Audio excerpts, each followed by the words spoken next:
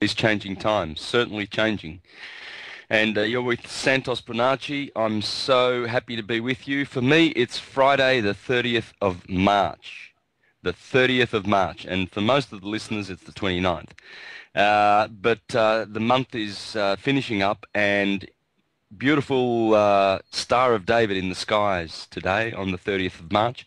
We've had an equilateral triangle for the last couple of weeks, which is called a grand trine in astrology. Beautiful angle of joy. The grand trine is the angle of joy. So hopefully that's what it's bringing to all you guys listening today. I hope it's bringing that joy that it's supposed to bring into your life. And today I have a very special guest that we had a couple of weeks ago, Dr. Barbara Young. Barbara, are you there? I am. How do you do? Great, thanks. And thanks for joining us again for this week, this show. Thanks for having me, Guy. Yeah, fantastic. And we're going to have callers call in. I'm actually excited to give the number over the airwaves, because we've got a number now for people to call in and they can talk directly. How's that? You're the first, Barbara? Oh, that's lovely. I love to answer a person's questions about themselves and dreams and visions. Good. All right, well, let's give that number, shall we? It's 0208, if you've got a pen handy. 144, that's interesting, 144 is right there in the middle. And then 3781, and that's the number. 0208 144 3781. We look forward to hearing from you. So, Barbara, can we kick off today where we left off last time? We had a very eclectic conversation. We spoke about the life, what do you call that? The life Divine life cycle. The life cycle. Practical life program. Yes. Good.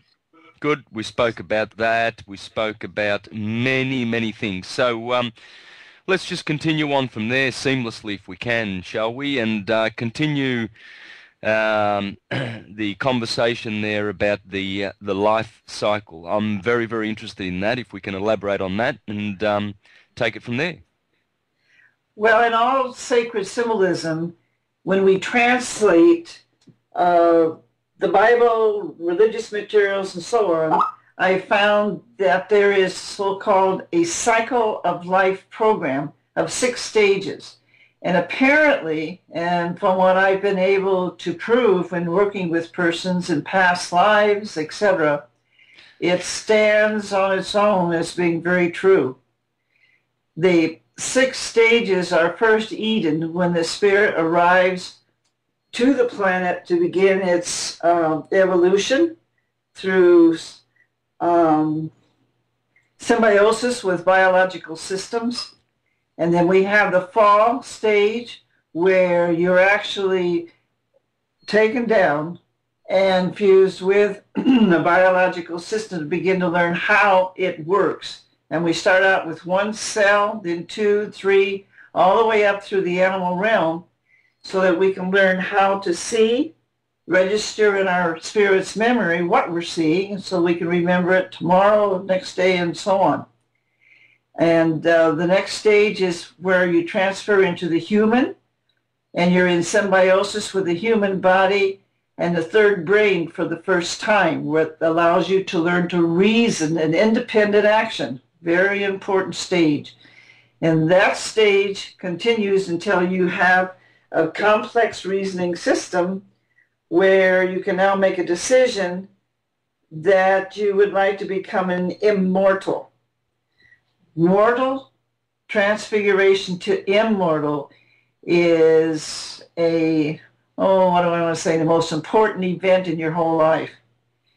Actually, you become an immortal, meaning that you're becoming a being of light. You're actually a son or daughter of God, and your material memory will be transfigured into the light nature of the Father and Mother if you have learned how to alter your state, enter the divine life program within the divine realm. And There you have the full objective awareness with the family of God. Father, son, mother, and daughter. And that continues as you serve Earth under the destiny programs of each of those stages. Awakening, rise, and crown stage, and in your completion and crown stage is a being of pure light. So that's it quickly. Yeah, now, that's beautiful. Earth goes through its 6 stages, and each stage, Earth stage, is played out by a civilization. The civilization and it goes through its own 6 stages, and when in those 6 stages, the human passes through for its own study. So that's where 666 comes from. It's not negative. No.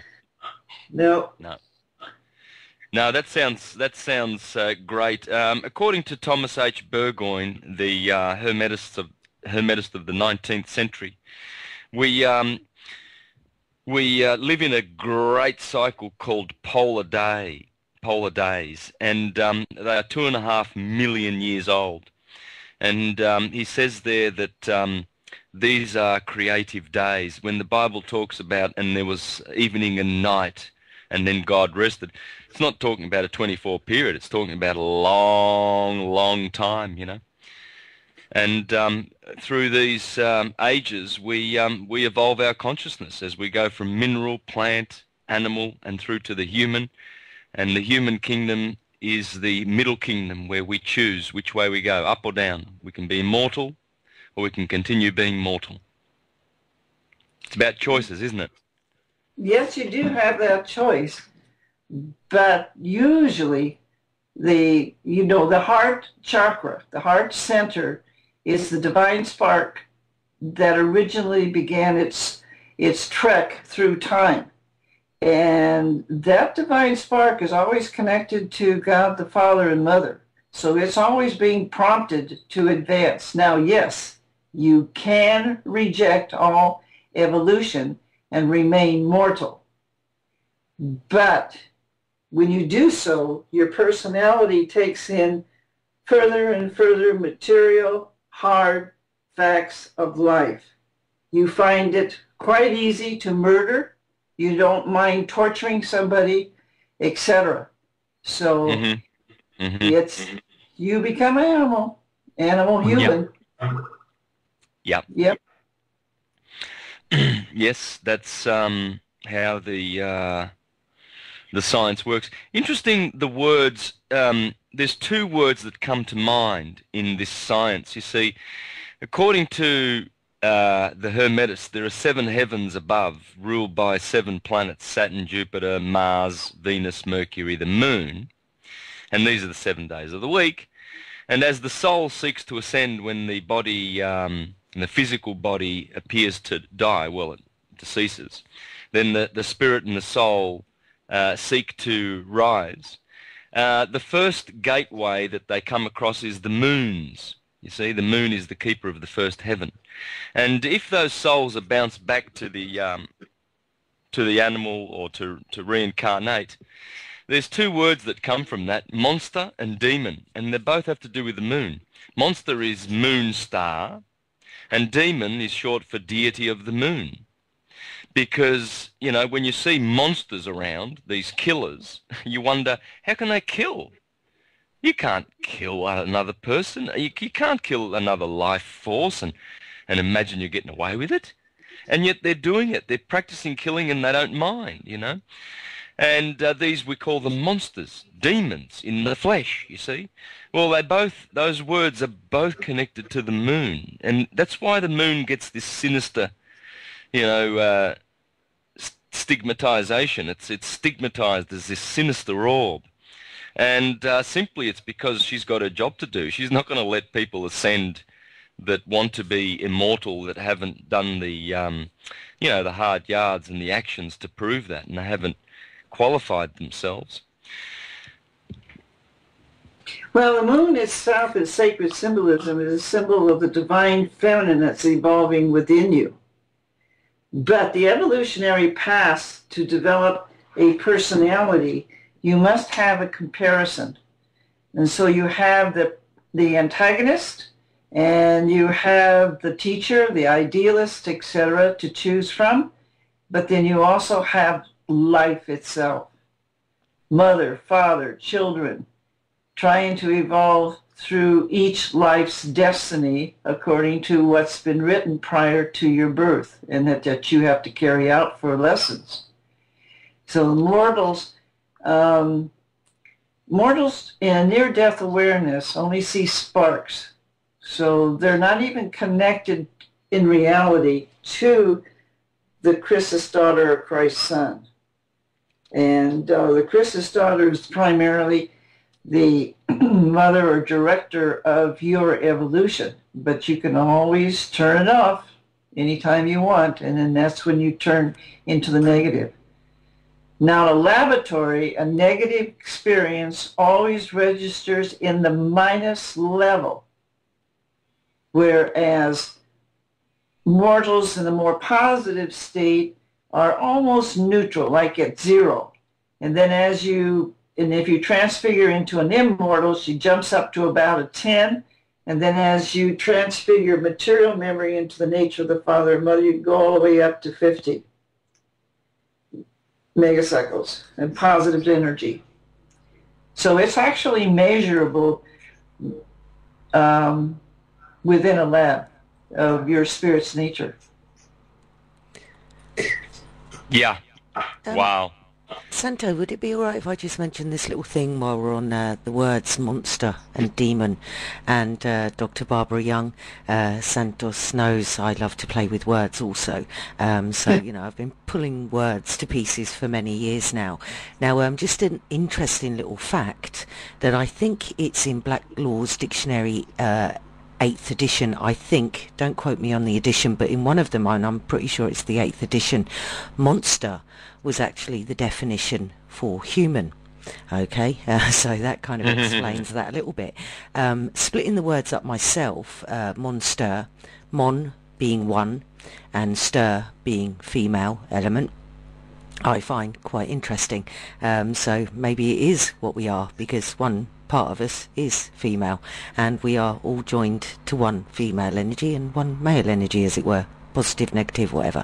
But demon is also another word that I found interesting. Not only divas of today's singing world, you know, like Beyonce and Lady Gaga and whoever else, they're known as divas nowadays. But it also, it's that, and that word stems back to demon, meaning demon many years ago.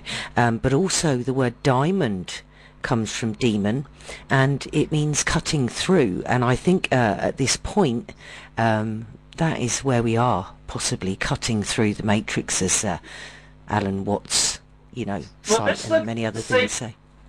Let's look at the sacred meaning of those words. So a diamond in sacred symbology means an idealist who's teaching what he knows, and what he knows is beyond what's written, but it's also very positive, you see. And yeah, absolutely, and that's the cutting through bit, I think, would fit with that very nicely. And the feminine, all female or female names in all religious writings means emotions. So if our emotions get out of hand, then yes, then we're demons, because then we disavow all positive upbuilding of another person's character by torturing or destroying them or killing their children in front of them, which carries over into a future life, into a terrible dissonant pattern that alters the personality's ability to advance. So Also, if we break... Sorry. Go ahead, dear. Go on, carry on. Sorry, Barbara, we must have a bit of a lag there. All right, I'm done. Okay, and I was going to say about the female also, if we think of the chalice, which, you know, is used in churches and in much of the symbolism nowadays, within certain cards, the chalice would be the body, which is also the cup, which is also the emotion. And, but it's more than the body, dear. And also... Go ahead. also for me, the cup is very much like a womb shape because of the bit that holds the water or the liquid at the top, and then you have the stem and it comes out. And I think that very much represents the womb. And for me, within the body, people may very well see the sacral chakra. I see that as the sun within. That's the womb energy, which, by the way, everybody, male or female, it doesn't matter what you are, if you want to use that separation, we all have womb energy. It's just that I am a womb man, a man with a womb. So I feel that it is actually our direct internal sun energy also. So, you know, very interesting to me there also. But if we use the chalice as it's supposed to be used in sacred symbolism, you are a son or daughter of God, and I ascend you into the divine realm. Now, when you ascend into the divine realm, you're taking in the nature of the Father and Mother as memory within you so that you can become an individualized being of light. During that process, the Son of God or the Christus daughter can pass to you the Grail Cup. And the makings or the design of the Grail Cup defines in you your state of divinity. How far along in evolution are you? When you drink of it, your whole spirit's body is transfigured into your next higher state of being. So all of these sacred symbols are living in the divine life program, but unfortunately materialized by the human or whoever is in power to deny the divine reality that you have the privilege of entering and becoming. The final Grail Cup is gold, yes, but it has jewels around the top. Each of those jewels are different colors. Each color represents a divine quality that's matured within your own spirit. The gold represents divine truth and wisdom that's now matured within you. And to define wisdom means that you're using what you call within yourself divine knowledge that you have attained in the divine realm. You've reasoned with that knowledge to self-express a higher divine perfect love action. And the results of that action then becomes divine wisdom within you. So all of the sacred symbols, if translated outside of the material, you might say, reasoning for a definition, and if you ascend into the divine realm, then you have the proper or the real meaning of those symbols. Yeah, the deepest. What do you think, Barbara, is the G inside of the square and the compass that the Masons, we're told it's geometry, it's Gaia, it's God, it's generation, etc. Yeah, it's addressing your completion as a divine being. Square, it means completion. If, you know, Jesus' table in the Last Supper is symbolized as a rectangle, that means you're still evolving through time. You still haven't transfigured all of your material memory in your spirit into the light nature of the Father and Mother. So the rest of it is, I'm sorry, go ahead. Yeah, gotcha. So the G, you know, to me it indicates Grail, the Holy Grail, the Holy Secret, the Holy G, the God Word, geometry, generation, everything that the G is this magic word, gravity. Gravity is so important in the universe.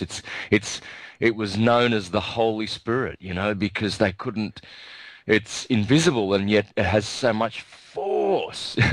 So all these G words, you see, grave, the grave where we end up when we die.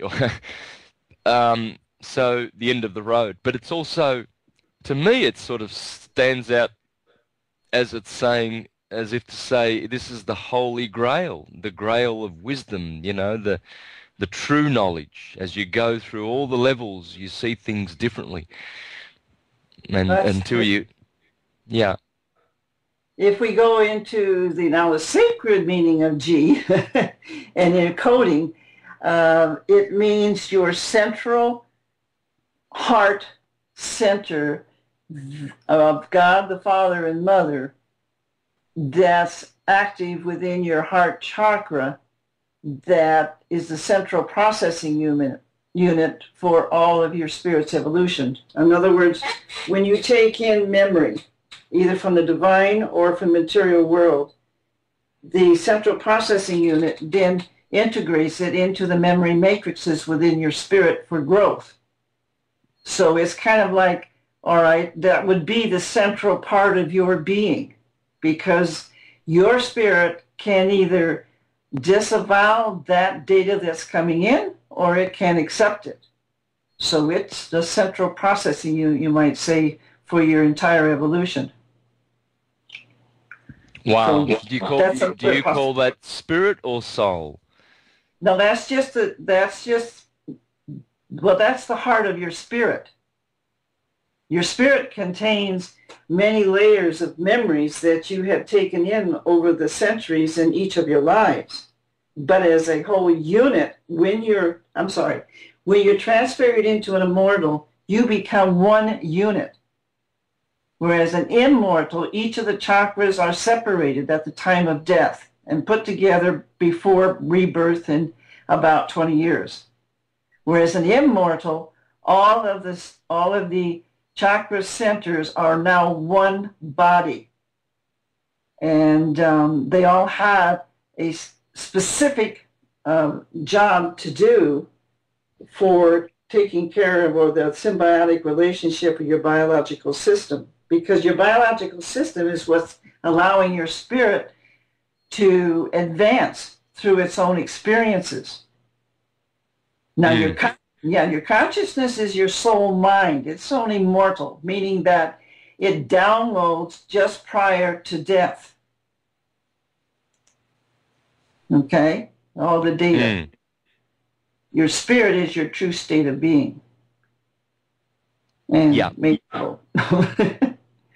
So the personality is in the spirit or in the soul?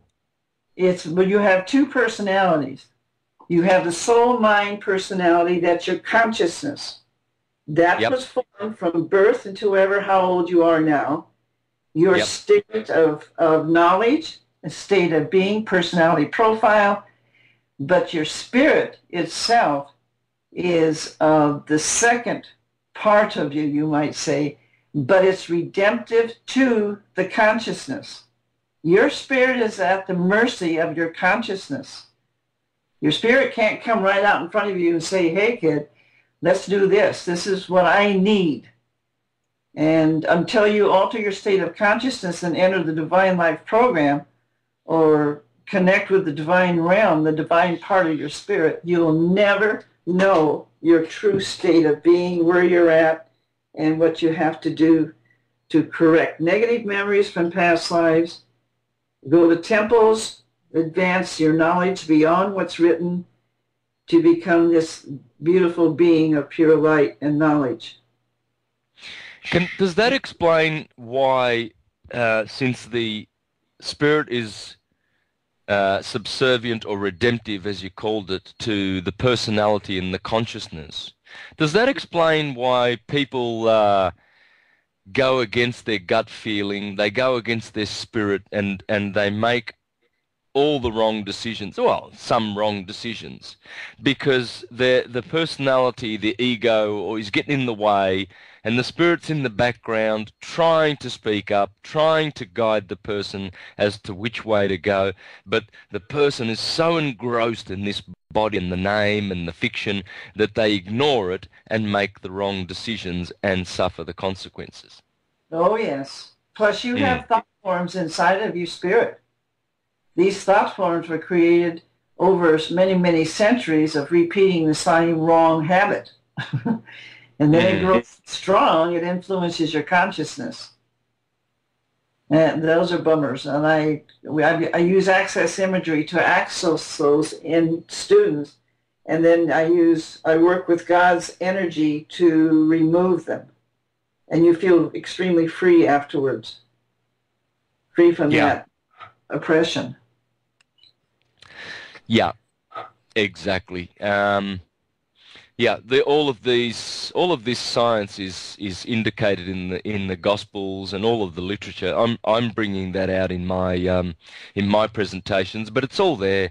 It's all there. You just have to understand the language. I love the Gospels. I absolutely love the Bible. Oh man, I just read it all the time, and all I see there is a treatise, poetic treatise on light. It's all about light. It's talking about the different aspects of light, the soul. Sound is an aspect of light. It's a vibration of light. Love is also a vibration of light. Everything that emanates from light, which is God. God is light. But you know, the definition of love is quite interesting when you compare it to the human definition, and then you might ask the divine teacher in the divine realm, what is love? And we connect it with this grand emotion that we feel when destiny says you're going to be connected to this person, it's in your book of life, and we're going to make you feel this love where you can't live without this other person, and that seals a destiny. Well, we think of love in that sense. And in reality, pure love is all-knowing and all-understanding of all things. And that means I understand your personality, why you act the way you do. Therefore, okay, fine. You can't do anything else but act that way. Now, if you want to change, okay, I'll help you. If not, all right, that's your path that you're choosing to take. But this feeling of love comes in from the Chris's daughter. And that seals your destiny to marry this particular person. And unfortunately, many times it's a karmic liability contract with a negative being. So that, meaning that they're just your antagonists from past lives. And then they slowly pull away this feeling. And then both persons face each other without this cover, this divine cover. And that's when things turn pretty bad, usually. Isn't that funny? Isn't that funny? You know, you've just absolutely painted the picture of. I'm in my second marriage at the moment, and my first marriage lasted 10 years. I've got a son. He's 19. It's beautiful, and Angela is my first wife, and we are friends still. It's been 12 years since we were divorced, but it's funny because we still love each other, you know, in a respectful way. yeah, much more respectful, yeah. But you know, I mean, I wouldn't now ever be able to sort of see Angela as a future prospect partner anymore, but we served. It was like serving time together to get rid of some some trauma, and because we suffered so much in that time, we had beautiful things too. Of course, we got our son out of it, but it's like you said. It's you're meeting someone from. How did you put that? From the past life? Right. Yeah, yep. And resolving some issues, right? Oh, yes. Uh-huh. Yeah, yeah. Now, an antagonist where, let's say that as soon as this veil is lifted that covers emotions, then if you're an antagonist, meaning your whole psychological profile is a destroyer of love, a destroyer of persons.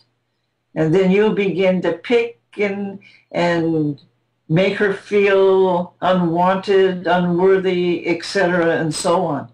And of course, that can be either way, male or female, husband or wife. Yeah, we did that quite a bit. You did?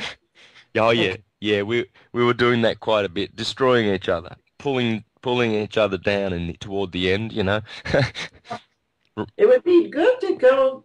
I use access imagery, and you access each life that the two of you have been together, and we go right into that encounter and understand it, go to the next one back, and so on, until we find unwanted, unworthy, etc., and so on.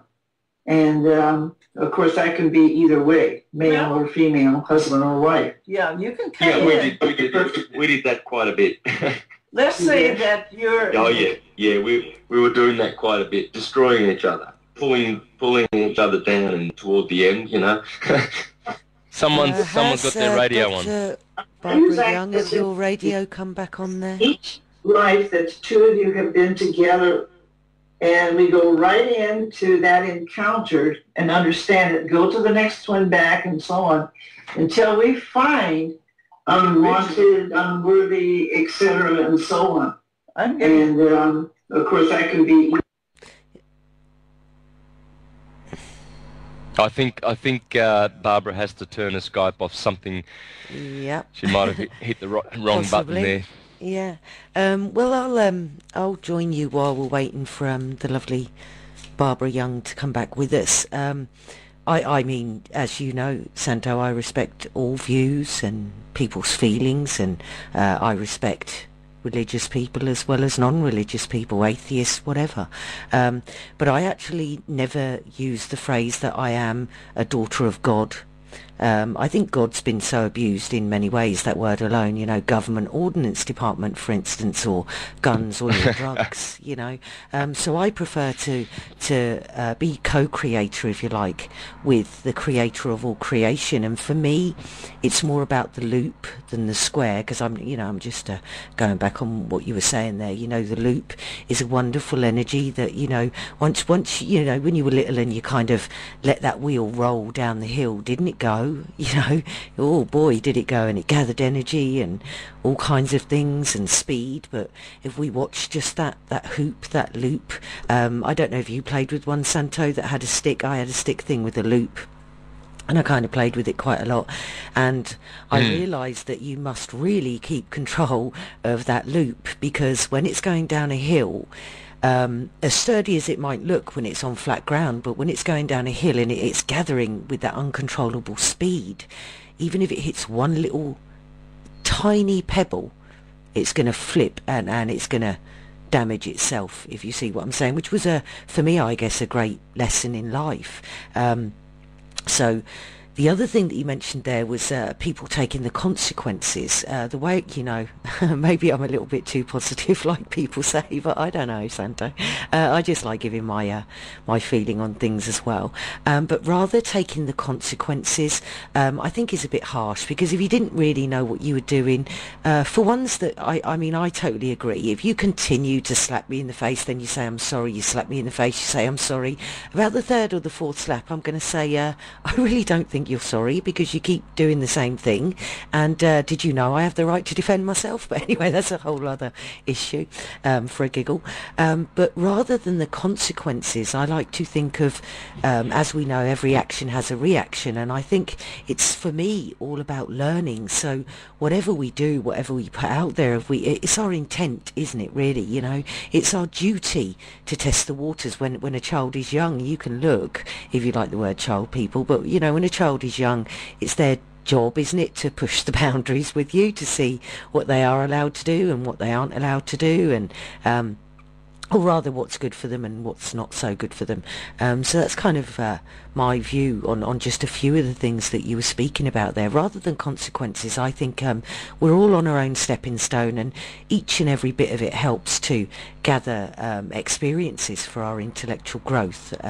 Maybe I went on too far there, did I? I was a bit engrossed with your show there. You can see, Santo, as usual. Yep. No, good thoughts. Yeah, that's how it is. Rather than seeing them as negative consequences, we can, because if you're going to be thinking about all the mistakes you made and everything like that, that's just going to hang over you like a shadow. Um, yesterday, for instance, my day potentially could have been a real bad day because one bad negative, so-called negative thing happened, and the second one, and I started noticing this pattern. So I started saying to myself, all right, well, hang on a minute. Don't take yourself too seriously here, and don't be concerned with those two or three negative things that have happened, and just release them and let them be. They've happened. It's in the past. Now is now. And it saved my day because I had a presentation last night and it was a big one. I got home really late, and of course now I'm up really early for this radio show, so I'm pretty busy. But it enabled me to get through the 3.5 hour presentation, and because otherwise I could have focused. There's a lot of things that went wrong.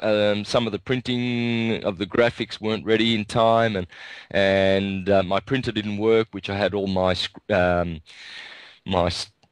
script for, the presentation. Sometimes I run off a script and I couldn't get that printed off, so I was panicking.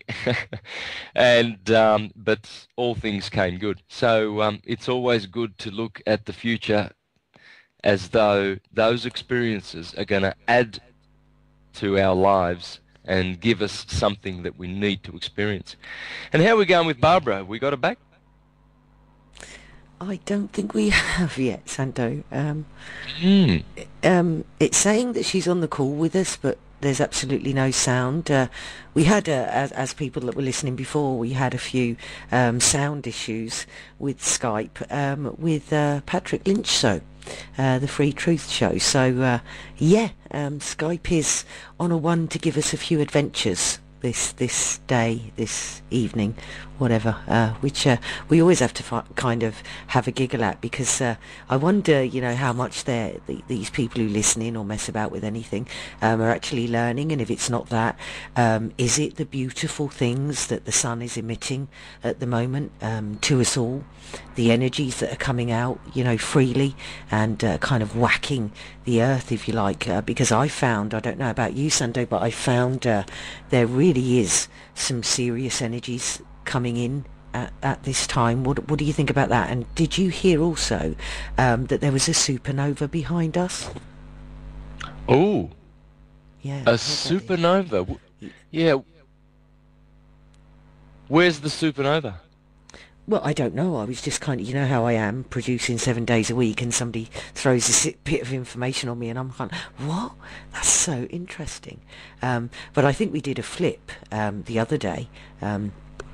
There was something definitely going on at the backside of Earth there. A few people, we were looking at a video that was showing a complete flip of something going on behind us, as in energy or magnetic carry on or whatever. So I think there's some serious things going out there at the moment. See if I can find anything on a search anywhere about supernovas. But I mean, have you found some serious energies coming in? Have you been able to feel them yourself, apart from the balance that was going on in your life yesterday, because you do so many positive things and have so many positive people around you? Every now and again, the negative does get a little bit jealous, doesn't it, and says, why aren't you taking any notice of me? So here I am. So I'll give you some balance. Exactly. And to answer that question, I'm feeling all the changes every day. If you're in tune to them and you're looking for the changes, and you're not distracted by the football and TV and all of that, then guess what? You're gonna be receptive to the changes, because everything out there is always changing. It always has. Every day is a new day. It's a new universe. It's a new angle. And as the sun goes around that circle, or put it this way, as we interact with our sun, the earth is always interacting with the sun. And as they move in their relationship together, as husband and bride, the angles change between them. And because this is an electric universe, those angles every day are different. And this is why astrology works. You know, someone born in the first degree of Aries will be very, very different to someone who's born in the 10th degree of Aries, for as the instance. sun goes around that circle, Okay, And so here we go. yeah. we interact with our sun. The Earth is I always. mean, your voice is lovely, isn't it, Santo, in the background there? Yes, totally lovely, calm voice. Dr. Barbara Young, can you hear us? The angles change between If you them. can hear us, can you please mute your Because this is radio an or turn your radio off or completely take down the page? difference. If you can And hear this us. is why astrology works. I You know, can't. someone born in the first degree of Aries will be very, very different to someone who's born new days. Universe. We'll cut That's that. it. Yeah, we'll cut that until she can possibly get that back on. So, Dr. Barbara, if you can let us know in the chat here when you've actually worked out. If you can go to the X, the little red X at the top of the site, and just completely take it down, that may well help you there. So sorry about these little technical hiccups here, Santos and listeners, but yes, sorry Santo, the energy that is about at this point is I think absolutely wonderful, and it really is showing me that things are moving. And I'd like to know your view on this, because it's reminding me very much, because I'm a mother myself and I've had 3 children, of being pregnant, if you like, with the baby in the womb. And then there's a certain stage that you go through in pregnancy where you have something called the Braxton Hicks, which are like little contractions that happen within the body to get the mother womb and the baby ready for the actual birth. Because if you didn't have these, the labour might shock you a little bit, if you see what I'm saying. So the body and nature gives you some nice little hints of what we're going to go through here. We're just moving things into shape, and then eventually, you know, a few weeks later, you know, we'll go and we'll have this baby, as it were. So I really do feel that possibly, I mean, I know some people out there are listening and going, I really think Kat's lost the plot right now, but Santo, my view is that Mother Earth is pregnant. She's shifting and she's forming into a perfect shape. I mean, some people might look at pregnant women and go, oh my god, she's really fat. You know, the mentality of women today, and even men. But you'll get others like ourselves, and not in a strange way, by the way, guys, but we look at a pregnant woman and think what a beautiful shape that is, you know, and we embrace everything that's to go with that. So do you feel, in short, that the energies that are being fired at us and seeping out of everywhere, do you think that they could possibly be getting us ready for this beautiful, if you like, time of being born, birth, rebirth, or whatever it might be, into, some people like the word consciousness, so into the consciousness that we are to go into? What do you think to that? Oh yeah, for sure. Yeah, the Earth's vibration is changing every day. The Schumann resonancy, it was fixed at 7.8, or well, at least that's when they first recorded it, at 7.8. That vibration has increased up into, I think it's 10. Now I think Barbara's ready there in the background. If we can drag her in, she says that she's got nothing on in the background. So we'll see how we go. See. Into, some people like the word consciousness. I'm with you. So consciousness that we are to go into. Do you have the Changing Times radio website on there in the background, Barbara? No, is I do not. changing every day. The Schumann resonancy, it was fixed at 7.8, or well, at least that's when do you have first any other tabs up on your computer? that vibration has No, increased up into, I think it's 10. Now I think Barbara's ready there in the background. If you can drag her in, she says that she's got nothing on in the background. So, no, I don't, guys. We'll see how we go. Can you hear me now? Some people like the word consciousness. Still not working right. Yes, but we are to go into. Do you have the Changing Times radio website on there in the background? No, dear, I do not. I do not. Changing every day. The Schumann resonancy. I've got 2 it was TCT fixed at calls 7.8, on or my... at least that's Okay, when do you have first any other tabs up on your computer. Okay, what I'm going to do is I'm going to go to a music break at this point. Barbara's ready there. Background, you can drag her in. Good idea. That she's got Okay, nothing I'm just going to drag anything and Oh, lovely. Thank you, Kat, for your help in the background there. We had some technical difficulties, and we're back with Barbara Young. Barbara? We have any call-ins, Guy? Okay, well, let's give that number out again, eh? How's that? Now, we've got a number here, folks, so you can call in and ask some questions. Let's see, where's the number now? I've lost the number. Okay, the number to call in on from any telephone in anywhere in the world, I was going to say in any country in the world, but we don't really like talking about country corporations, but it's 020-8144 3781. You can also contact us for free on all lowercase, of course, because we have no capitals here, and that's TCT-calls, all lowercase. Please just add us to Skype and you can call in for free. There you go. Excellent. All right. I'm sorry, Donna, go ahead. No, please proceed. I'm just, I was just going to ask you to continue on if you remember where you left off, and yeah, we were discussing all of our past lives with the same person that builds up a very negative thought form within a person, and that alters your personality in each life. When you're reborn, you have no idea who or what you are, your previous lives, connections of what persons, and so on, and what's happened to you. And it's not until you become an adult and enter into maybe investigations of yourself. And when I found these thought forms, I'm usually working with someone with a very severe ADD or ADHD or something like that. And with access imagery, your spirit wants to help you go right back to what happened. But you can build up these strong thought forms with persons, and you're required to come back with them.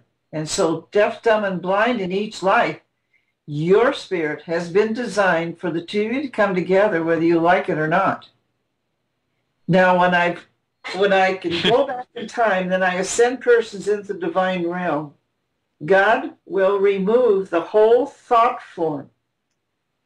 And then I walk the person to their book of life, and that person, a line of energy from the book to their heart, your heart, and back to the book.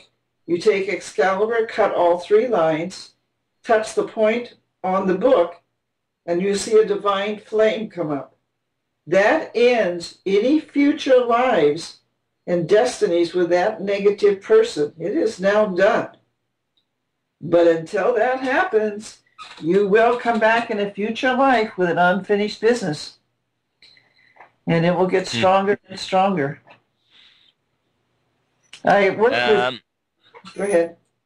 What about soulmates, Barbara? I'd love to hear your insights. Soulmates. What are we looking for in terms of a soulmate or a twin soul, or do we have the twin soul within us, and that is it? And once we bring the two together to make the one, it's all within? Or are we looking for some physical one else to complement us and join us? Soulmate is out of this New Age movement. If you've had many past lives with an individual in which the two of you get along just fine and so on, there's very little growth. And perhaps 1, 2 lives and maybe 5 or 6, the two of you could get together and spend a life in unison, you might say, in thought and so on. But it's very rare, because you have other businesses that you have to design into your life and for your growth. It's I don't know, and I don't understand your second part of your of your statement about having something inside of you. Oh, okay. Well, inside of us we're a polarized nature. It's positive, negative, masculine, feminine. We've got the twin soul inside of us. Is that the twin souls that need to come together as one? You see, No. okay, Look, good. if I take your spirit out of the body and hold it outside of the body, there's only one spirit. You cannot have two separate spirits in one body. That's impossible. It's not fused. A spirit is fused during the fetal stage or just after birth to your solar plexus center. That's just one spirit. If you die in a near-death awareness, say, and set up somebody else coming into your body, you have defused, and this other person must be fused to that body to continue life for that biological system. But there's not two persons in one body, not two spirits. That's impossible. No. Yeah, that's right. No, I'm referring to the two channels of energy, the Kundalini and the Kunda buffer, or the two hemispheres of the brain that need to be balanced, etc. The duality aspect. That's what I'm referring to. But yeah, certainly the one spirit.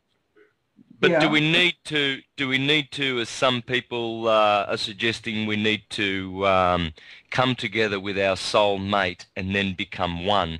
Because Thomas H. Burgoyne talks about this in The Light of Egypt. Absolutely not.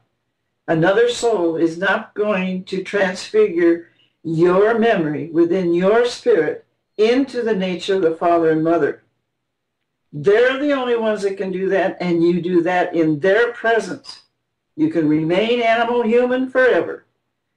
But when you enter the Divine Life program, which is on every single solitary planet in evolution out there in all the galaxies, because I've worked with advanced ETs that have transferred their spirit, transferred to Earth to act as an idealist, let's say an astrophysicist or somebody like Einstein or whatever.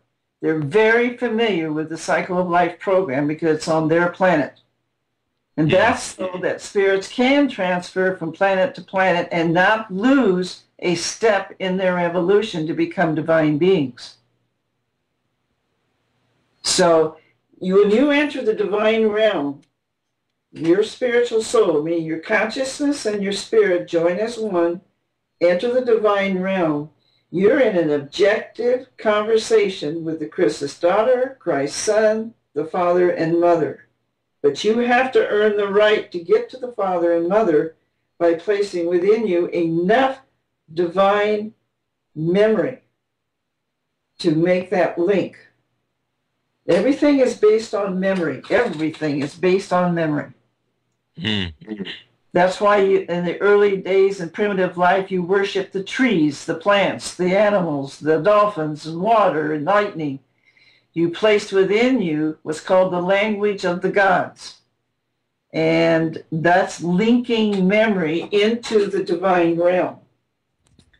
If I work with a mortal who is not ready to become an immortal, the procedure is for a divine life ideal, or enter the divine realm, is that you walk toward a door that opens to the garden of the soul. That's a key word. It's a divine word. And that door for a mortal opens up, and they're in the underworld, underground. For a mortal who's ready to become an immortal, the door opens and there's just bare ground out in front of you. After you're transfigured, there may be one sprig of grass. That's a symbol for one divine aspect within your personality, a psycho aspect that you've attained. Then life after life, as you enter the divine realm, perhaps a bush will show up in your garden of the soul, or a tree, But as you advance, the country scene or garden that you see beyond that door is a psychological profile of your divine state of being. It cannot be changed. I can't change it. Nobody can change it. And then when I ascend you into the divine realm, in the divine realm, that's their objective, you might say, surroundings or areas, scenarios, that comes from God. That does not come from me. And that makes the difference between an animal human and a son or daughter of God who eventually will become a being of light. My scientists enter the divine realm and meet with the family of God, if they're advanced enough for all four. And then enter temples, as say in astrophysics, where they actually sit down with beings of light to advance that research. And that can happen in all of medicine. I don't care what field you're in. That can happen for you. I've had teenagers who can't get any lessons for playing a guitar, and I send them into the divine realm, and they have a guitar teacher, and they end up with their own band. Some of the kids even end up with scholarships, and they've never had a human teacher. So the divine realm is objective. It's like going to the university. You either go to the university and graduate with your PhD, or you don't. That's all it is. It's all based on memory. Yep. Plato called that anamnesis. Anamnesis is the Greek word in this philosophy of the holy science, and it means remembering. And he says we are here to remember. Mm-hmm. Anamnesis. Yep. And the anamnesis leads to the apotheosis. Right. The becoming of gods that we were destined to be when we're ready. Well, that's what you were born to be, to help run this galaxy and other galaxies, run planets. You have a celestial son and daughter that rule Earth. That's the light that you see in a near-death awareness, because you're assigned to Earth. They're the ones that's running the heavens. They're the ones that's allowing spirits to transfer to Earth and fuse with the human fetus, grow up as idealists or antagonists. Depends upon, the Earth is in the awakening stage right now. And that stage has civilization requirements that it must go through, and we're living in those requirements. What do you see for the near future, Barbara? What do you see for the near future? There's a lot of talk in the Mayan calendar about the transformation that's coming up in 2012, etc. Can you share some insights? I don't see that at all. We've just entered, as of AD 2000, the crown stage for civilization's last stage in the cycle of life. And that will last until AD 4000. Plus or minus, you might say, a few years. But each civilization is wiped clean to start over again in the next higher civilization, just like civilization 1 was cleaned up, and then bodies are left here to propagate and so on, and you soon evolve into this cycle of life of the awakening stage for this civilization. Apparently, from what I gathered now, you have, what do I want to say, initiations from one stage to the other. In other words, that's your elements, earth, fire, air, and water elements that you read about, which are out of place. They're messed up in the Bible and so on, so that you're tripped up and don't find the right order. But anyway, the awakening stage is fire. So what I have heard, and I'm not sure about this, that fire will just consume the whole earth and just burn it all the way down to the ground. It'll then be rebuilt and so on and so forth. to start the rise stage for Earth. Then that civilization will go through its own 6 stages, in which humans will then be a part of those lessons. Now, there's much more to it than that. You have parallel dimensions in which life is going on, and they're in their own cycle, etc., and so on. So spirits are just moved back and forth according to where the spirit's at. It's quite complicated when you really get down to the natural scientific study. And the Mayans were very backward, and I just can't get into any of those predictions at all. You've got to remember, each culture that started Civilization 2 came from some other planet, some other galaxy, and each of them were assigned to come here. They're very advanced spirits to start each culture. They're great immortals, so they'd have the strength to do the job. So the Egyptian and Greek and Roman all come from various other planets. So they've transferred here for the lessons. And I just can't see that the Mayans were that advanced at all. I'm sorry. But the Romans claim to come from Saturn. In Virgil, in his writings, he harks back to a former time when the Romans claimed to be of Latin, for he said, "For we Romans never forget. We are children of Saturn." Well, they all were reborn in the German movement. Well, actually, reborn first, the Catholic Inquisition carried that out for 600 years, and then they were reborn all in a group under what we call German World War II reality, and all killed off, mostly killed off, and now they're reborn as in the Mormon religion.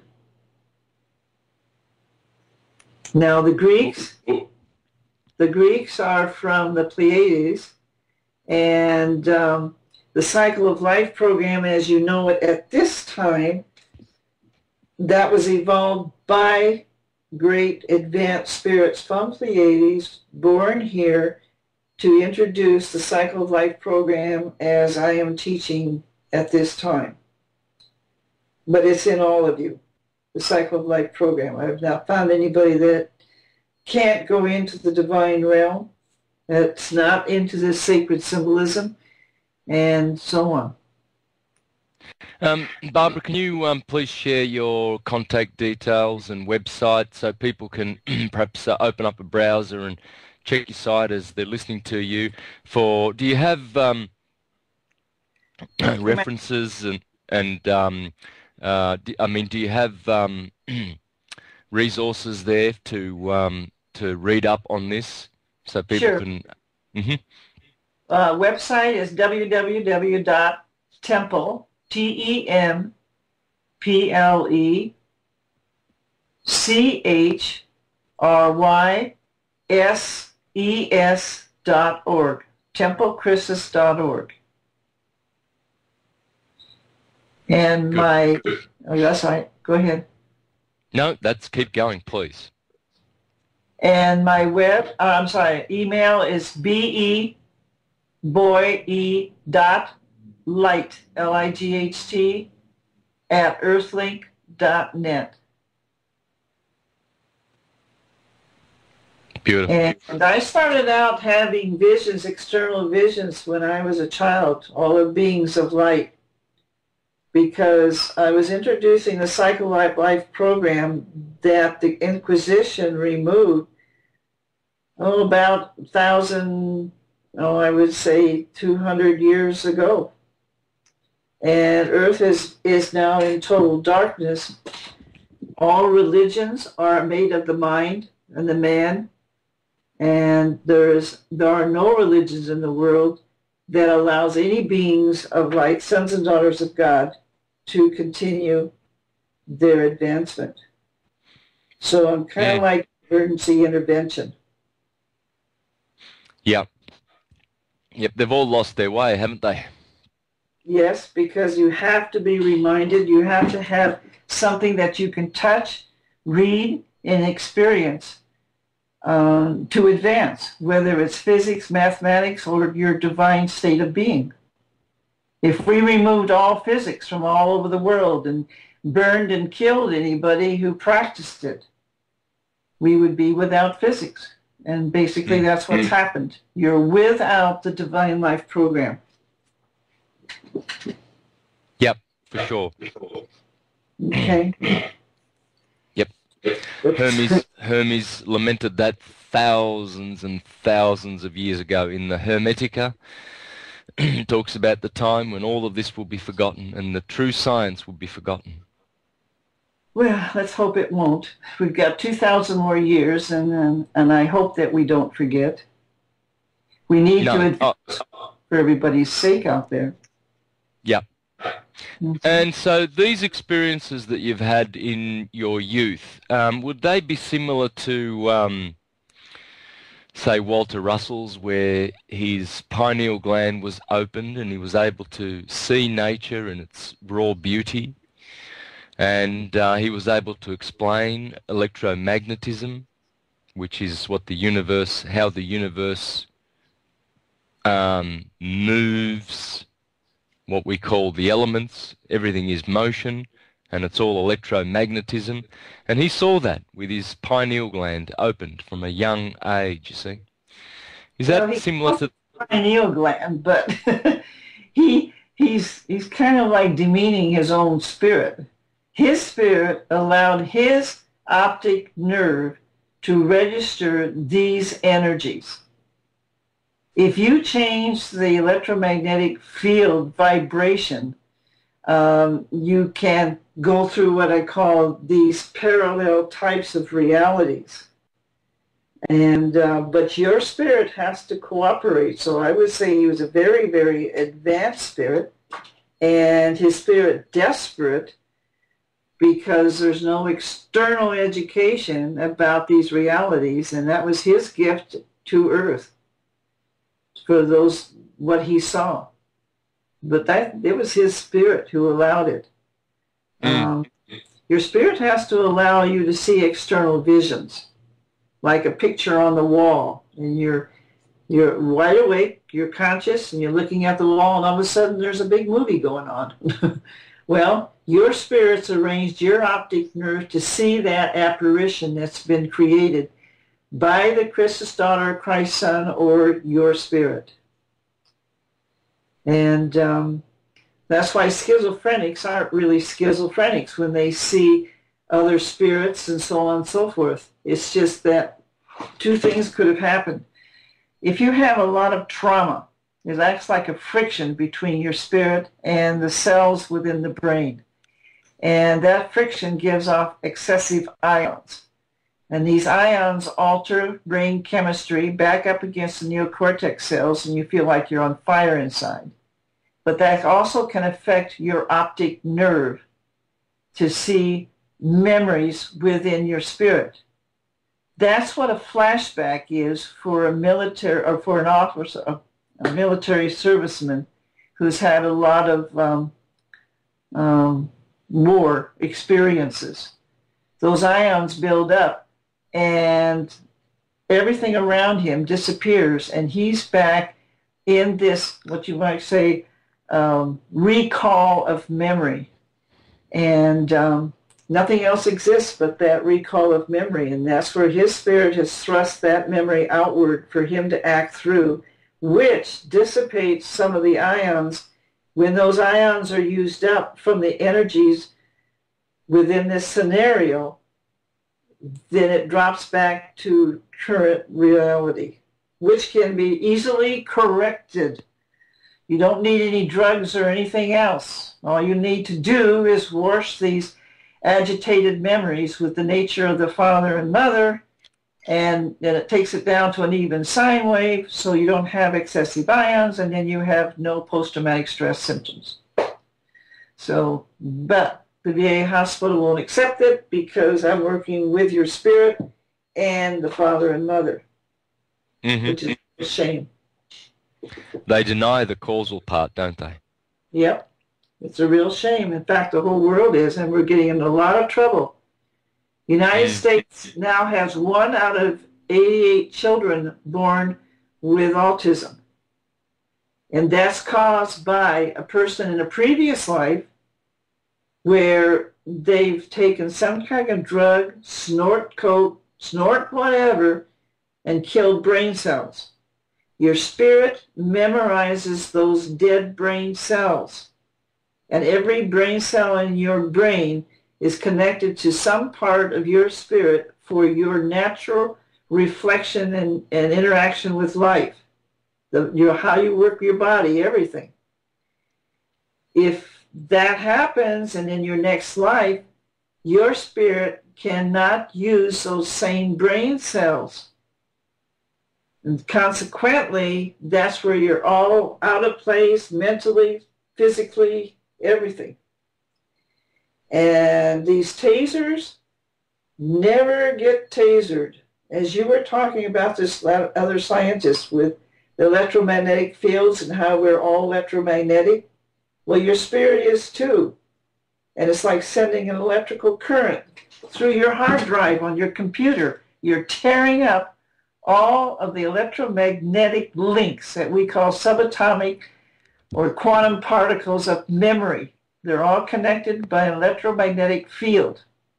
And you rip those fields with an electrical current, and they're not going to magically come back together.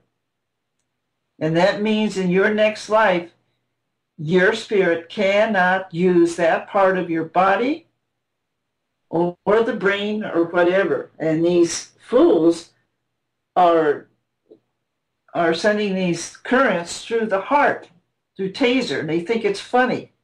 That person will drop over dead in his next life, the same age, same moment that occurred in his last life. And never, never use electrical through an electromagnetic field. That's ridiculous.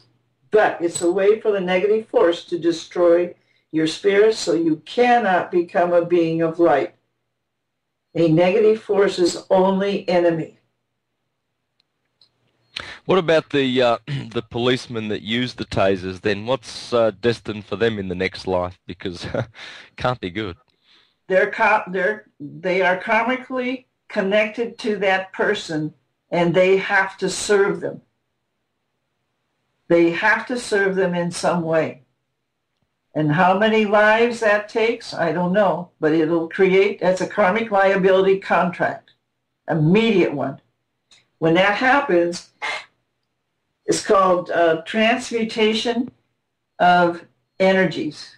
And they're transferred out of your heart chakra up to your book. Your book is marked. Your book of life is marked. In between death and birth, that's looked at. And you will come back and have to serve this person. And it may be that could be the mother or the father of this autistic child that they created themselves. Because I've regressed persons where their father was, they hated this child, the male child. And I took him back in time, and the male child's spirit was the spirit in his father in a previous life that committed suicide in front of him, which destroyed his personality in this life. So he had to come back to his father as a child, his child, because he destroyed the father's personality. He had to live with it. He created it. And I found situations like that over and over and over again. You are responsible for your life, what you do. And you cannot get out of it. The guys upstairs don't say, oh, well, poor baby, we'll just let that go. Nope, sorry, doesn't happen. You're an adult spirit. You're sitting there with a counselor. You're looking your book of life over just like a television set.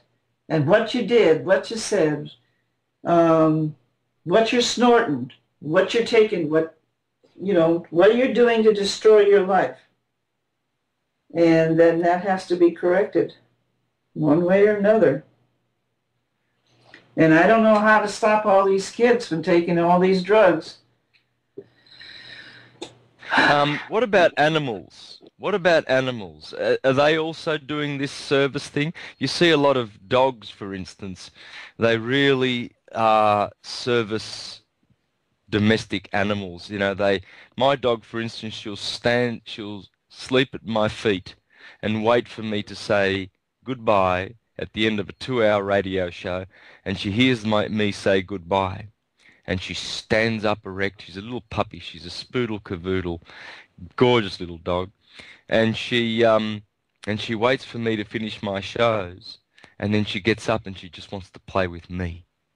Yeah. And she wants to serve. She stays at my feet, and then she's just so excited when I finish my shows, and then she wants to walk around with me, and we go up the hill for a walk. I take my shoes off and walk on the dirt, but she's always there, and she just gives me this unconditional love. Is that the same thing? Oh, yeah. Most likely at the end of this life, she'll be transferred out of the animal realm and into the human stage, and her spirit will now fuse with the human spirit to begin her reasoning evolution. Hey, Barbara, that's so funny. Can I just share with you something else? My wife and I, we laugh because my wife always looks after Mocha, washes her, feeds her, everything. I don't do any of that. None of it. I just take her for a walk and play with her. And yet my wife laughs because she says, oh, you're number one to Mocha. Yeah, you're number one. She just always goes to you for playing and for, she just worships and adores. And I often, when I'm patting my dog, I talk to her and I say, Mocha, when you become a human, you want to marry Daddy, don't you? And it's like she really understands what I'm saying, that when she just would love to be a human and just to be my companion. And we both laugh at this because Mocha actually responds to it. She gets all excited and she's panting and she knows that I'm saying something loving to her. And it seems like this connection of service. And I'm just wondering, is Mocha going through this? Do these domestic animals become domestic animals so that they can get close to human beings? And dogs in particular, they love human affection. When you pat a dog, they just really respond to it so lovingly. And it seems like they're preparing themselves for some sort of domestic service so that when they incarnate as humans, they will understand what human love is all about at its best. That's right. That's right. You're placing it in them. Absolutely. And that's what allows them to transfer out of the animal realm and into the human stage faster. Can I bring something in from the chat, because we did ask people to put things on the chat, call in, and they still can. We have a comment here, Barbara, from Gary James on the chat. How can you know this with all certainty? Because I've worked with thousands of persons over the last 50 years, and I've combined it with scientific research. If I were to work with this person, Gary, he would be accessing himself. I only use words, but his spirit then will display to him his past lives, entrance in the divine realm, his connection with the Christus daughter, Christ's son, and it'll be like home. His spirit will run up and give the Christus daughter a big hug because it's been maybe years and centuries since they have had the opportunity to go there. Through him, through his own self, and I'll be glad to help him. He'll find that this is all very true. He may be from off-world. We'll find that out too. Why did you come to Earth? And His spirit will inform the consciousness. Yes. Does that answer the question? I've just put in the chat your responses now, Gary. So thank you for responding to that, Barbara. Sure. Is Gary coming back with a response? He as of yet. I'm just looking on the chat for you because it is nice to get responses back to your responses. Oh, yeah. So Gary, Yeah. James, if you do have anything else to say, please stick it in the chat, or better still, why don't you come on the phone? We still have just over half an hour left of the show, so if you do have anything else to say, please come in. Let's do it. But sorry, I'm just trying to read this, but if it's just all too fantastic without your having been there to know this, I don't quite understand the response. Let's do it. What is So that? it's just all too fantastical without your having been there to know this. Oh, well, yes, I can understand how he feels. Because you haven't heard it for maybe 1,500 years. That's approximately 15 lives that you have not had access to the divine realm. You have to remember that the Catholic Church rounded up every one of you sons and daughters of God who practiced this awareness in the divine realm. You were tortured and killed for it for 600 years to wipe it out on the planet Earth so that you could not become a being of light, the only enemy the son and daughter of God have. But not thinking of that, just think of your own advancement, learning how to rule a planet, or all of the other intergalactic type of lessons beyond being fused or in symbiosis with a biological system. You have that right to become a man or woman of God, not a son or daughter. Graduate as a being of light. Between now and when you graduate, you have access to unlimited knowledge in all philosophies, all knowledge of all things, if you so desire.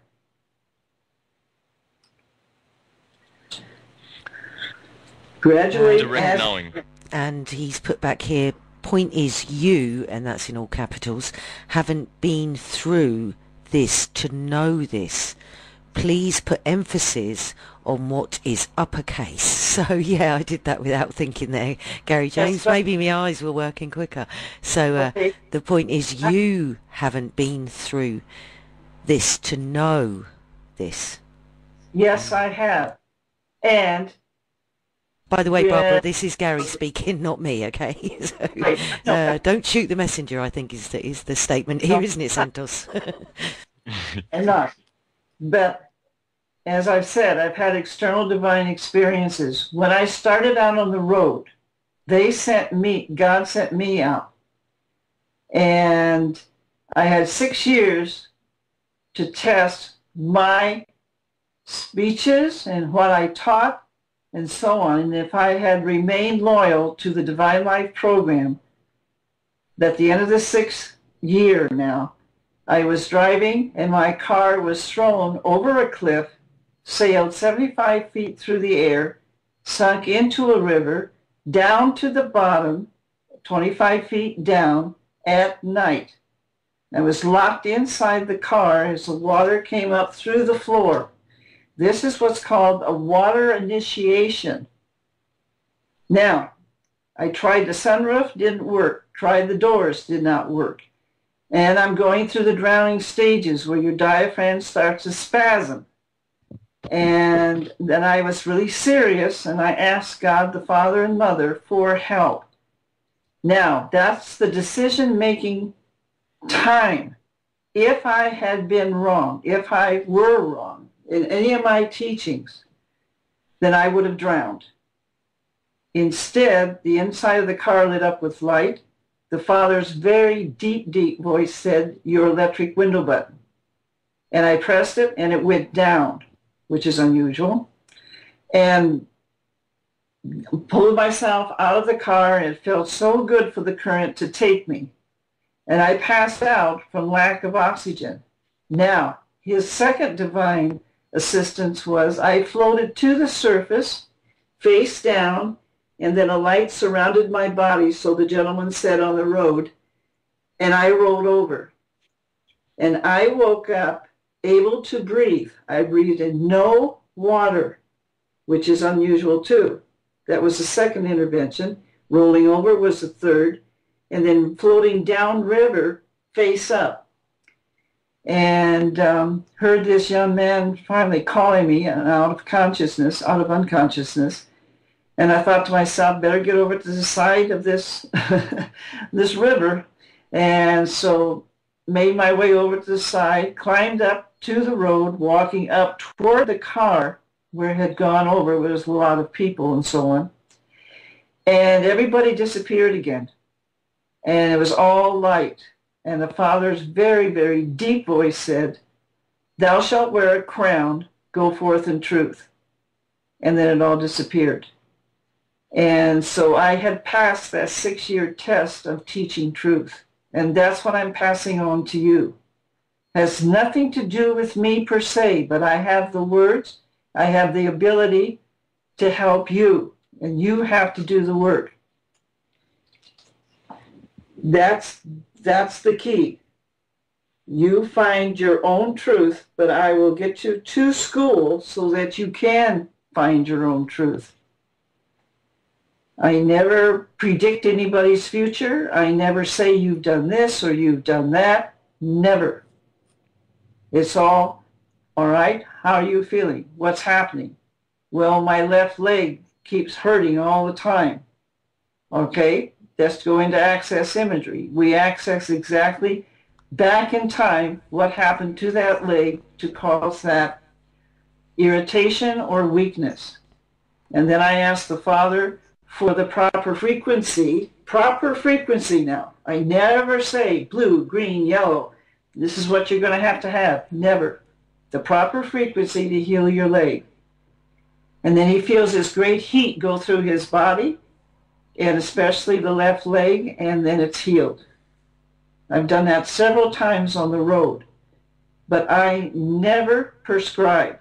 I only lead. And that's the difference between a lot of the counselors out there. I want you to see blue, I want you to see red, or I want you to see a wall around your country scene or garden. Well, you just told them that you're walling yourself away from life. You just helped that person digress in their evolution. The words of the language of the family of God are very real, according to their definition, not man's definition. So, yes, that I'm here for. I have a response again, I think, from Gary, and I think he also wants to bring you in here, Santo. If people can forgive me for one moment, because I've just gone to move my Skype, and it's completely covered the chat, so just give me 1 second. It is going down. Here we go. This is from Gary James, okay, in response to what you were saying to your car, I think, going off the cliff, etc. there, Barbara, if I'm right, because like I say, I'm only in the middle of it. But anyway, Gary James, is it possible your mind went through something that you wanted to believe? That's the question. Is that possible? That is the emphasis word. Is that possible? Where's the young man now? Like to hear his account. So I think that's over to you, Santo. And also well, look, to Barbara.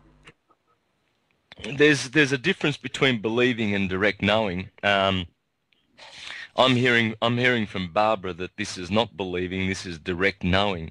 It's very, very hard to explain this to some people. Direct knowing is not about intellect and thinking and everything like that. It's direct knowing, and that's our source, you see.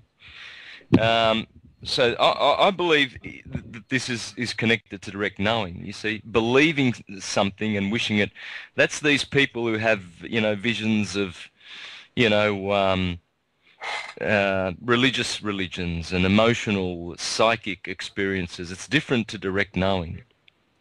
Anyway, that's my short little answer.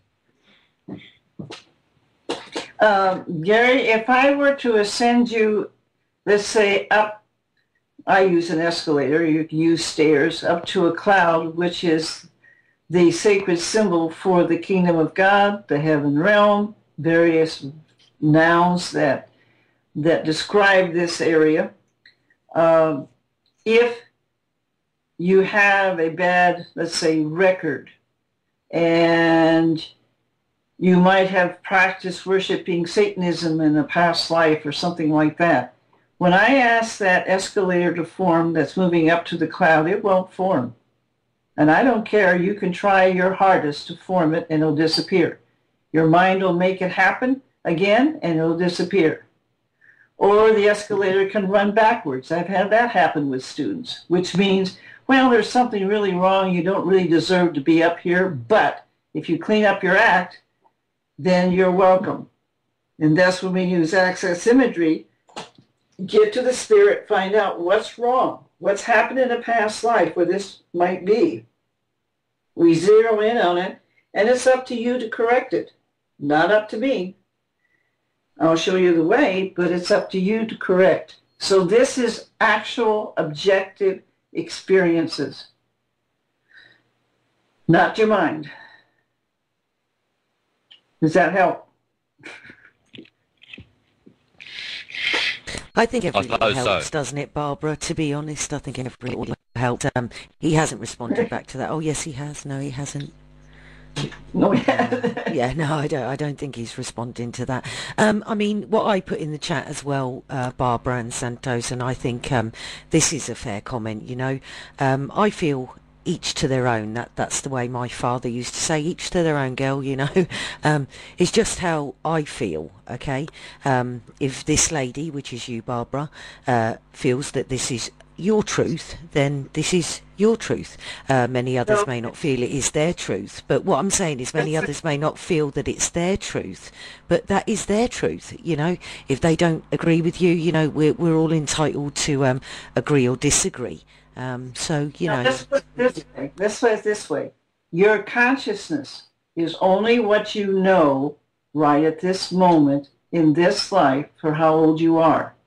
Your spirit is over 200, 300 million years old. Who's your spirit? Who is it? You know, this consciousness is only as old as what you think right now. You may think that way, but you're saying to your spirit, you shut up. You don't know this. I don't want you divine. And your spirit is, again, without accessing or, again, without advancing its divine body. It's at your mercy, your conscious mercy. You start over again. Next slide. Not moving anywhere, just treading on a treadmill. At the end of this cycle of life, let's say AD 4000, you will return and start this whole stage over again. Primitive life, come through. All right, kids, let's do it again. Let's see if you get it this time. It is not me. It is your spirit. I'm offering your spirit, not your consciousness, your spirit. To educate your consciousness, yes, hopefully, and be a part of advancing into perfect love. An animal human will not be allowed off of this planet. Never. This planet is your school. However you want to treat that school is up to you. Just like with school at school. You can flunk every class you want to and keep going over again. And that's exactly what will happen. Yes, it is up to you. But know the you, the consciousness or your spirit. The New Age movement doesn't give your spirit an opportunity whatsoever to educate your consciousness. In fact, it's getting rid of the 4 members of the family of God that guarantee you become a being of light. You don't like them, they don't like you. I've asked the Father many, many times, what do we do about this? It's entirely up to them. They don't want me. I don't want them. You can go up and talk to him anytime. Same with the Christus daughter and Christ's son. So it's a conscious objective. I've had persons go upstairs and start swearing at Christ's son Jesus. Well, okay, his eyes are thrust open. He sat up with the words, come back when you grow up. So this is an objective experience. I am just the person, only the person, to get you into that position. That's all. That's the way it is upstairs, just black and white. That's all there is to it. You can play your games consciously all you want to, but you only play the game with your own spirit. Your own spirit. Nobody else. Just your own.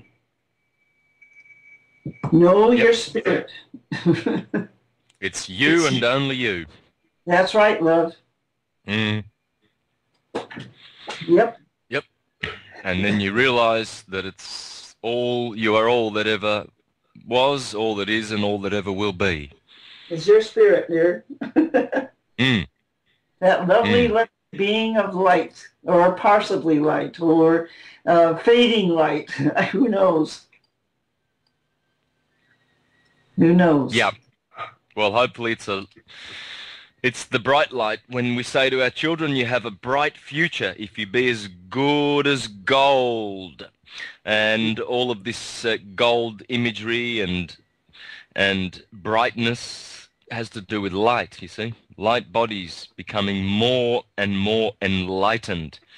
Enlightenment is what it's all about. It has to do with direct knowledge and not pushing opinions of belief, the belief world. The belief world is a church world where the church and your material. holds. Mm. Yeah, your mind world. That's your mind. All your religions are your mind world. The New Age movement is your mind world. Yep. And this is why they said to Jesus, show us a sign, show us a sign. A sign will not be given. Because these people were still believers. Oh, we want to believe in you, Jesus. We want to believe. We want to see a sign. No, a sign will not be given. There won't be signs. You have to know. That person won't be real to their own love, to find their own love either, Santo. I could walk on water or do anything like that, but that still goes back to what's in your spirit. Your consciousness, okay, great. Oh my goodness, she's walking on water. Wow, she must be pretty cool. Must be of God. No. I may not be. I may be from some planet or some other way. All I've done is reverse the electromagnetic field of Earth's energy. They can do that. Yep, that's what anti-gravity is all about. Yep. That's what it's all about. Which I tried to introduce and wouldn't. We weren't interested. But anyway, other than that, know your spirit. Your consciousness should never control your spirit. If the two of you get together, all kinds of miracles, unlimited knowledge, truth, moving through time, forward and backward. There's many, many things that you can do. Many. Your whole world opens. Well, please elaborate on the spirit and the soul and the consciousness and everything like this, because this is it's empowering to know what we're made up of and how we proceed from spirit and return to spirit. And this is what the holy science is all about. Yeah, it's based on love, dear. Gain love or reject love. And you can't go wrong if you go into the divine realm, because it's all made up of love. So that's what we take in as memory. And we can stay in the material world. I can walk out here among the trees and bushes and everything and feel really good. but I'm not taking any divine memory in because I'm not in that presence. That's the difference too. You can pray all you want to, but it's different. I can pray to you, Santo, day and night. But if I were to fly down to Australia, sit there and have a cup of tea together, it's a whole big difference. And that's what I'm inviting everybody to do. Go up and have a cup of tea with the Christ's daughter, Christ's son, and the father and mother. My goodness, you guys, you're all his sons and daughters, and you treat them all as if they're your enemy for some reason, or you're afraid to go see them. It's like you teach your children not to come home. That's ridiculous. Yeah, it's beautiful. So are you saying, as the Hermetists say, to go into the higher mind, where your God divinity dwelleth? No, you're not in your higher, you're not in the mind, that's still physical, dear. Your spirit. Your spirit, we measure, let me do this. Your spirit can travel from, let's say, in Los Angeles at the UCLA lab and end up in the lab in Paris, France in less than 1,000th of a second. Leave, measured, arrive, measured. You can go from here to the moon, to the sun. Your spirit has miraculous capabilities that is entombed because of your mind. Once the mind can unite with the spirit, there are miracles galore that can occur.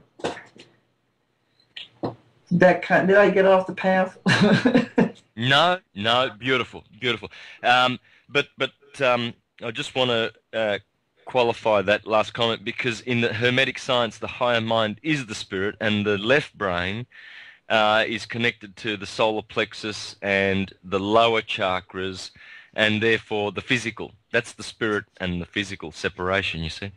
Well, that's still a slight study of your spirit symbiosis with your biological body. Your spirit runs every cell, organ, and etc. You've learned how to do that as you travel through the animal realm. That's the purpose for the animal realm.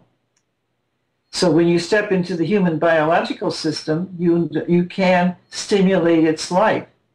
When we measured at UCLA back in the 60s, when you were capable of doing things like this, we could measure the life force of babies as soon as they were born. Various signature patterns, yes. Various sine waves, yes. But if we had a child that was zero, just blank, straight line, placed on a support system, and it usually died. It was a stillborn. There is no spirit in that body. So then we decided, well, we better find out why. How come? And apparently, the mother is the one who signs the contract prior to her birth that she would take in to her fetus and allow her fetus, a spirit to fuse with her fetus, female or male, male, female, whatever the plan is. If that spirit, if the mother conceives a female child, but there's no contract for a female child firstborn, there will be a stillborn. The contract was for a firstborn male, and that's for a very, very powerful purpose, psychology. The psychology of a firstborn male is much different than on the rest of the family than the psychology of a firstborn female. That's all taken care of upstairs. It's all taken into account, your whole evolution. It's very serious. Because what you take in from birth until 12, that's the foundation, the subconscious foundation that's created for all of the rest of your life's decision-making processes. At 12, when that subconscious closes, you step into the conscious world. The subconscious data is set. Yes, you can correct it, God will help you correct it. You can access, let's say if you've been battered, we can access those memories, wash them out, and you begin to feel free from the antagonistic memory that's always pinging on your consciousness. But you have to do it as an adult. Your consciousness has to allow your spirit to be healed, or to heal your own consciousness so that your spirit and you can work together. Okay. Wow. Can you elaborate on the psychology of a firstborn female as opposed to a firstborn male? In my family, I have the oldest is my sister. She's 4 years older than me. I'm the firstborn male. Aha. Okay. What if she were a boy now, or a male? Oh, it would be different for sure. Oh, absolutely. Difference between baby. Absolutely. See, that's the difference. But you, Santo, you signed up to be born in the family structure deliberately for that position, for whatever it offered you. No one's out of place. No one's ever out of place that I have found anyway. No, I discovered this through studying astrology. Astrology teaches exactly what you're talking about. Exactly. In fact, Marcus Manilius says that there will be stillborns until the right gender turns up. That's right. This is pure science, what you're talking about. And it's not science that is invented. It's not about belief. You don't invent this stuff. This is direct knowing. This is what is. This is how the science works, and they knew it because they had direct knowing. They didn't go inventing this. And this is what I'm trying to reach out people to understand, that it's there. And astrology agrees with that totally, absolutely totally. And it's rather it's powerful, very powerful when you realize that that's how things work, and what's really happening behind the scenes in the causal world, and how it all takes place. It's beautiful. You live for only the evolution of your spirit. Your spirit is everything, but it's nothing right now. UCLA, Stanford, and Berkeley research on the human spirit, the relationship of the spirit to the body and the body to the spirit, was all closed down in 1977 by the American Medical Association. Data was confiscated, professors fired, etc., and so on, because they were going to introduce drugs that killed brain cells. They knew that would destroy the spirit's memory. They didn't want to have that ethical responsibility to your spirit. Money was more important. Research was more important. But research based on the inversion of the reality and purpose of life. Yes. All upside down. Ridiculous. Absolutely. This is what every one of these geniuses that discovers a cure for cancer or a cure for this or for that, they all bump into this. That big money for big pharma, for research, is just like a steam train, and anybody who comes up with this real science is ridiculed, they're shut down, whatever, they're shut down, and research is the modus operandi. Dr. Sebi from Honduras, who's cured every disease known to man, he says, what the hell are they researching in these laboratories? Why do they need to research about cancer treatment development when you can just go to nature and just eat some herbs and be cured? You can have lemon juice, apricot kernels, your urine, alkalinity, MMS solution from Jim Humble, and all of these elements that you can introduce to your body to alkalize your body, cure cancer within days. You don't need, but Big Pharma is quite happy to research and have the Council for Cancer Treatment and Kids for Cancer donate, please, so we can help kids with cancer, because we need cancer research. We need money to go to research for cancer. What don't they know, that cancer is curable? Just free? I know. Of course they do. That's like all these kids coming back from Afghanistan and Iraq. In 3 2-hour sessions, you can remove all post-traumatic stress symptoms. Free of charge, very easy, thoroughly, no after effects, no damage to the brain or anything else. In fact, you come out better than you were before because you're going into the divine realm for that healing. So, I don't know, kiddo. Oh, wonderful. Just a few finishing words. We've got about 3 minutes. Barbara, thank you very much for joining us and for all your insights and your direct knowing. And we appreciate that. I hope the listeners resonate with the information. You have Barbara's details if you need to contact Barbara to go through the process. I've done it. I've been through the process with Barbara, and I must say that in the last couple of weeks, my dreams are just on fire. I'll have to get a notebook and start taking notes of my dreams.